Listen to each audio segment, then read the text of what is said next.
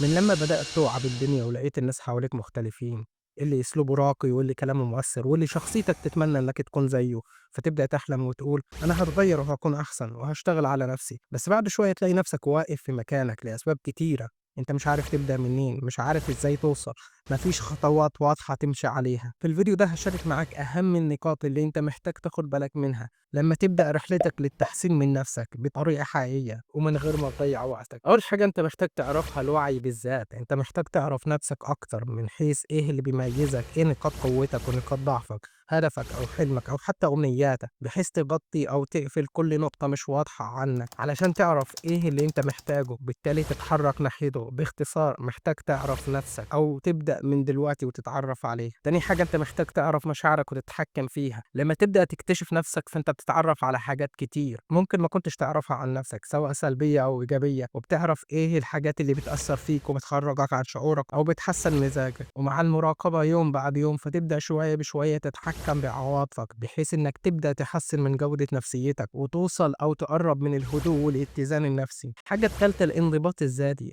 في صفات سلبية بتأثر على حياتنا كبشر زي التسويف والكسل والاستهتار والتأجيل، ودي كلها سمات أو صفات بتعطلنا عن إن نحسن من حياتنا. معرفتك بالصفات دي وإزاي تواجهها وتتخلص منها قادر إنه يحسن من حياتك ويخليك تتميز عن الآخرين، وده بيخلي إن مهارة بسيطة زي الانضباط الذاتي حرفيا قادرة توصلك للنجاح. النقطة الرابعة تحسين العلاقات، للأسف أنت مش دب علشان تعيش لوحدك، صدقني أنا حاولت وفشلت، فإحنا كبشر كائنات اجتماعية، فاهتمامك ولو بشكل بسيط إنك تحسن من العلاقات اللي حواليك وإزاي تتعامل مع الآخرين حرفيا قادر إنه يفتح لك أبواب مهارتك لوحدها ما كانتش هتقدر تفتحها. علشان كده أنت لازم تبذل مجهود في تحسين علاقاتك، والأقرباء أولى بالمعروف. النقطة الخامسة التطوير المستمر، لو بصيت لورا 100 أو 200 أو 500 أو حتى 10 أو 20 سنة هتلاقي إن العالم بيتغير كل يوم، في تغيير مستمر بلا توقف، كل يوم بتظهر حاجات جديدة وبتختفي حاجات تانية، وظائف أو غيره. فأنت محتاج تكون عندك القدرة على المواكبة، لأن الحقيقة اللي محدش بيقولك عليها إن البقاء مش للأذكى أو للأقوى، وإنما للشخص اللي عنده القدرة على التكيف مع الأوضاع. فأنت محتاج تكون مرن بما فيه الكفاية علشان تدرك بإن اللي بتحبه شيء واللي بيخليك تعيش شيء تاني. على سبيل المثال أنت لو بتحب الرسم وبتبذل فيه وقت ومجهود كبير ولكن مش بيدخل لك أي دخل، مش هقولك الدخل اللي يخليك غني ولكن على الأقل دخل يخليك تعيش منه، فأنت هنا بتضيع وقتك وعمرك على الفاضي. مش هقولك خلى عنه ولكن على الأقل أنت هتنقله من مكانه، من إنه كل حاجة في حياتك ومش هتقدر تعيش من غيره، وتحطه في منطقة الهواية اللي هي الحاجة اللي بتعملها وترفه عن نفسك بيها بعد ما تكون خلصت اللي عليك. ودي كانت النقاط الأساسية اللي بتساعدك حرفيا إنك تحسن من نفسك. خلينا نراجعهم سوا. أول نقطة الوعي بالذات، معرفة نقاط القوة والضعف. تاني نقطة إزاي تتحكم في مشاعرك وعواطفك، إزاي تدير مواقف الغضب والقلق والتوتر. تالت نقطة الانضباط الذاتي، إزاي يكون عندك التزام بالأهداف وبالعادات الجيدة أو العادات السيئة اللي أنت عايز تتخلص منها. رابع نقطة تحسين العلاقات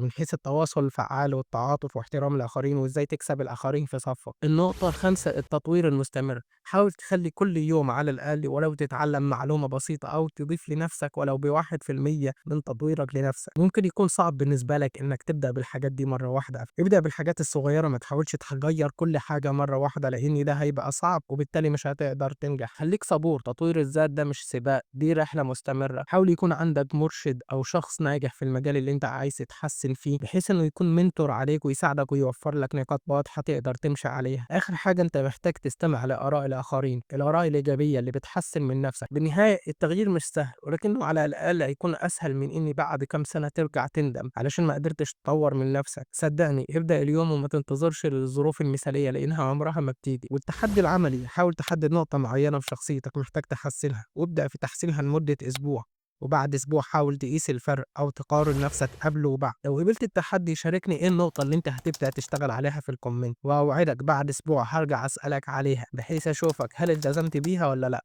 وأشوفك على خير، سلام.